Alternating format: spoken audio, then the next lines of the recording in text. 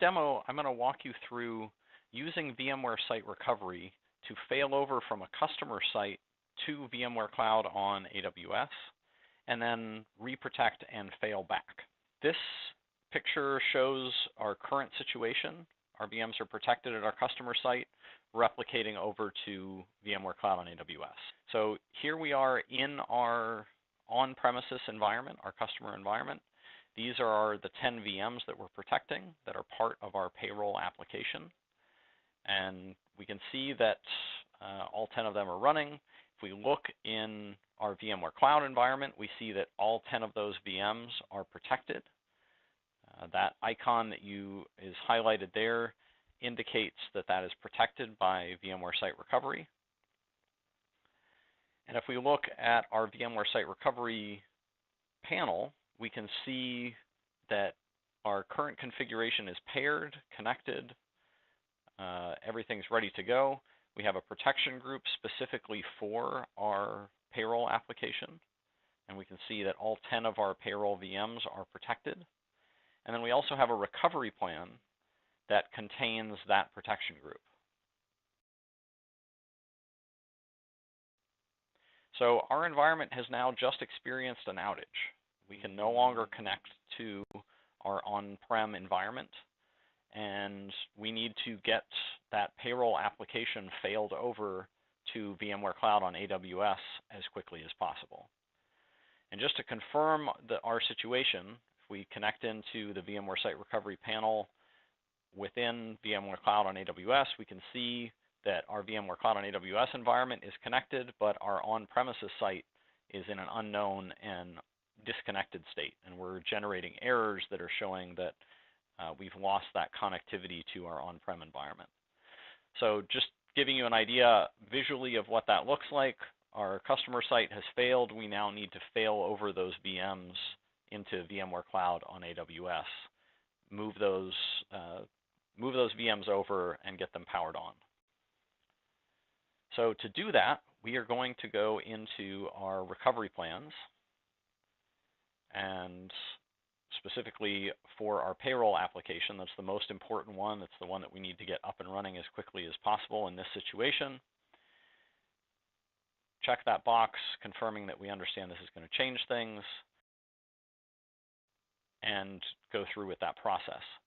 One of the things you might have noticed is that the option for running a planned migration was grayed out. And the reason for that is because our sites are disconnected. We don't have connectivity between our two sites.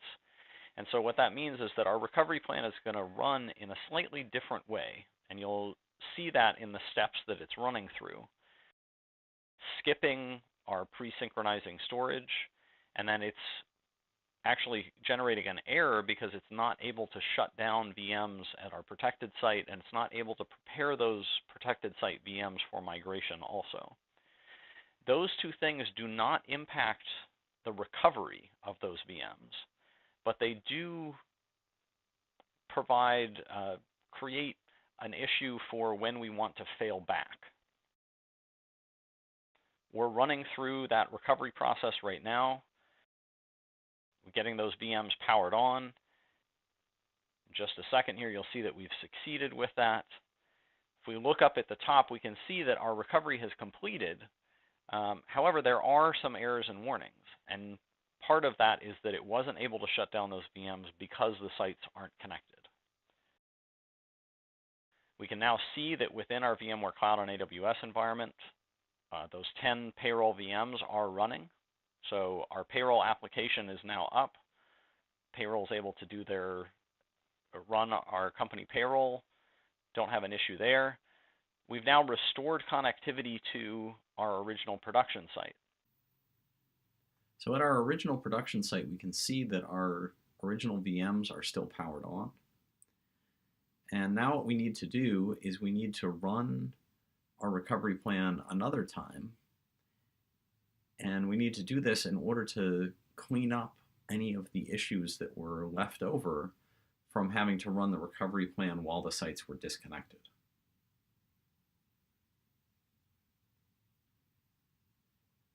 So the thing that's going to take care of is things like shutting down those VMs that were at that protected site and preparing them for migration.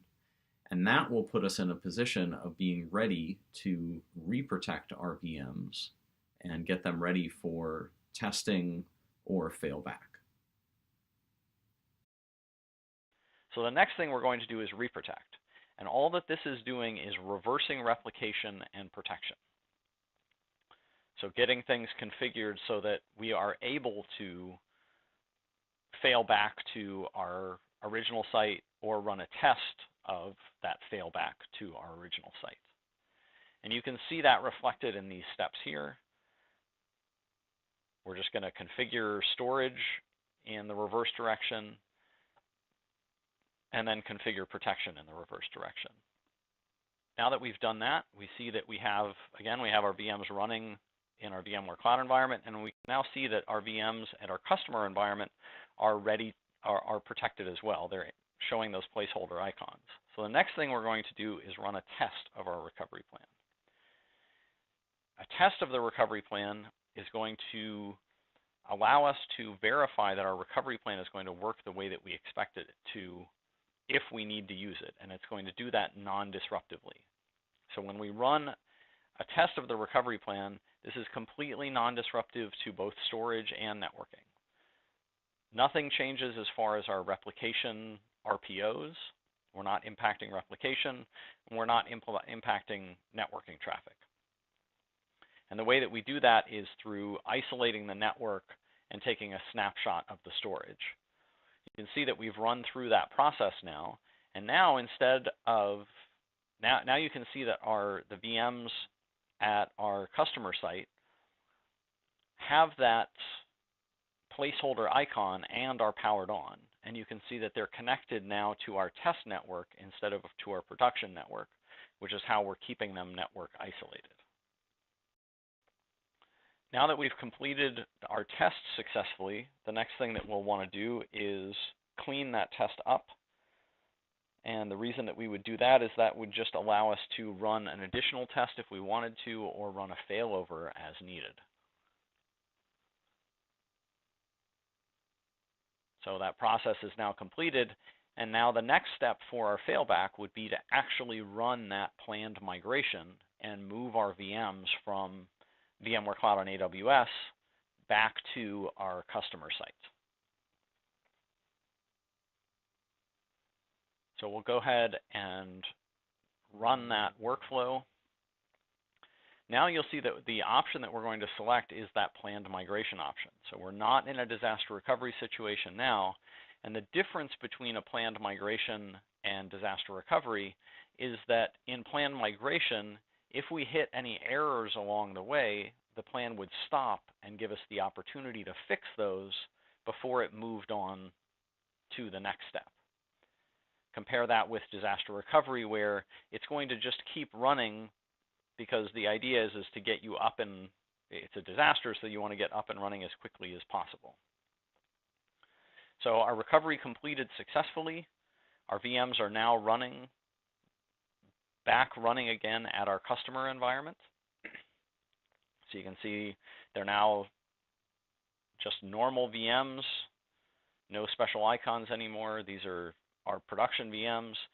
And now the thing that we need to do is again run that re-protect so that our VMs are protected in VMware Cloud on AWS. So if we have another failure at some point in the future, again, we are protected. So we've already seen this workflow before. We'll run through this just really fast.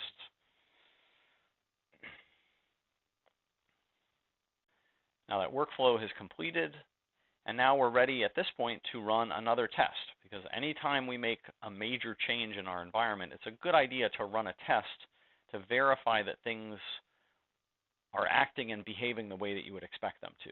So we can see that our placeholder VMs are in our VMware Cloud environment, and our regular VMs are in our customer environment. Everything is as it should be prior to running that test. We'll go ahead and kick that test off. And that option that you see there for replicating recent changes just allows you to run that test in two different ways. We can run it in a way where we simulate a disaster, which would be not replicating those changes, or we could run it in a way where we're simulating a planned migration, which would be where we would replicate those changes. So it just gives you a couple of different options for how you want to run that test. So the test completed successfully, and we can see our test VMs are running in VMware Cloud on AWS, and we can see that they're using the SRM-generated port groups within VMware Cloud on AWS to keep that network traffic isolated. So after we test and verify that our application works as we expect it to, now we can run a cleanup. And all that that's going to do is it's just going to power off those VMs, delete those snapshots, basically get everything set back up so that we can run another test or run a failover as needed.